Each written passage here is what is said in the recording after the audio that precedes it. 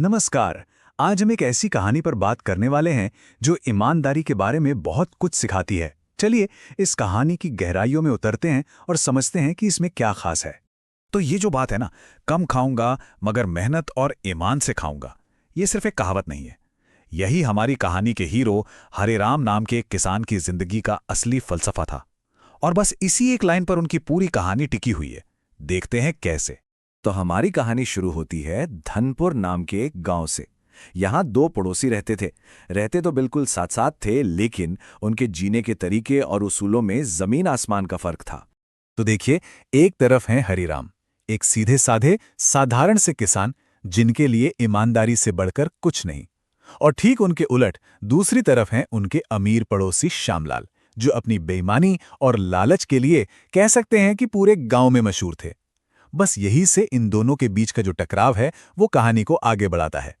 अब आगे चलकर कहानी में एक ऐसा मोड़ आता है जहां कुदरत खुद इन दोनों के उसूलों का इम्तिहान लेती है। एक अच्छी फसल की उम्मीद के साथ एक बहुत बड़ा ड्रामा होने वाला था।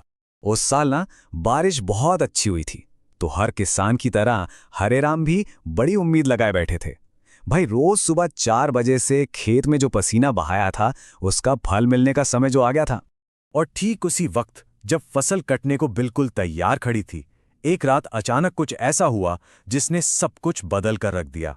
हुआ ये कि एक भयानक तूफान आया, और वो तूफान अपने साथ सिर्फ हवा और पानी नहीं बल्कि किसानों की सारी उम्मीदें भी बहा ले गया। खेत के खेत तबाह हो गए। अब इस तूफान के बाद का मंजर बड़ा ही दर्दनाक था। श्यामलाल के खेत तो पूरी तरह बर्बाद हो चुके थे और हरेराम की फसल का भी बस एक छोटा सा कोना ही बच पाया था। और इसी मुश्किल घड़ी में एक बहुत बड़ा फैसला होना बाकी था। श्यामलाल ने आव देखा ना ताव और दावा कर दिया कि खेत में जो बची हुई गेहूं है वो उसकी है। अब सोचने वाली बात है, हरेराम ने इस पर क्या किया होगा।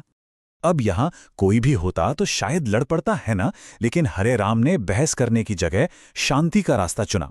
उन्होंने कहा, ठीक है, अगर तुम्हें लगता है ये तुम्हारी है तो ले जाओ। सोचिए, अपनी बची खुची मेहनत की कमाई भी उन्होंने श्यामलाल को दे दी। उनके इस कदम ने तो गांव वालों को एकदम हैरान ही कर दिया। पर कहते हैं ना कि सच्चाई छिपती नहीं है। हरेराम के इस काम पर सबकी नजर थी और इसका इनाम उन्हें मिलने वाला था, पर ऐसी जगह से जिसके बारे में किसी ने सोचा भी नहीं होगा। कुछ ही दिन बीते थे कि गांव में सरकारी अफसर आए। वो एक खास इनाम के लिए इलाके के सबसे ईमानदार किसान को ढूंढ रहे थे। और जब उन्होंने गांव वालों से पूछा तो हर किसी की जुबान पर बस एक ही नाम था, हरेराम।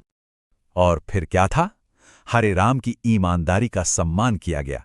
उन्हें पूरे राज्य का सबसे ईमानदार किसान घोषित किया गया और इनाम में मिली पूरी 5 एकड़ नई उपजाऊ जमीन।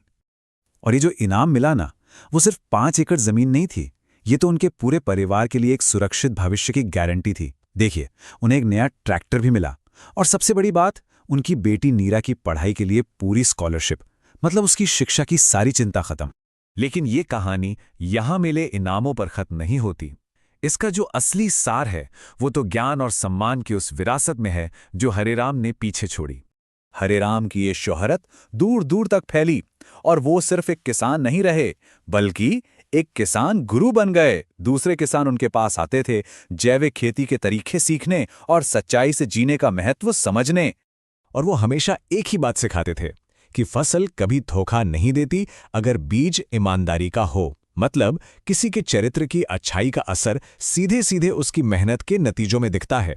तो आखिर में ये कहानी हमें एक बहुत ही गहरी और पावरफुल सीख देती है कि ईमानदारी का फल शायद देर से मिले, लेकिन मिलता जरूर है और होता हमेशा मीठा है। ये वाकई सोचने पर मजबूर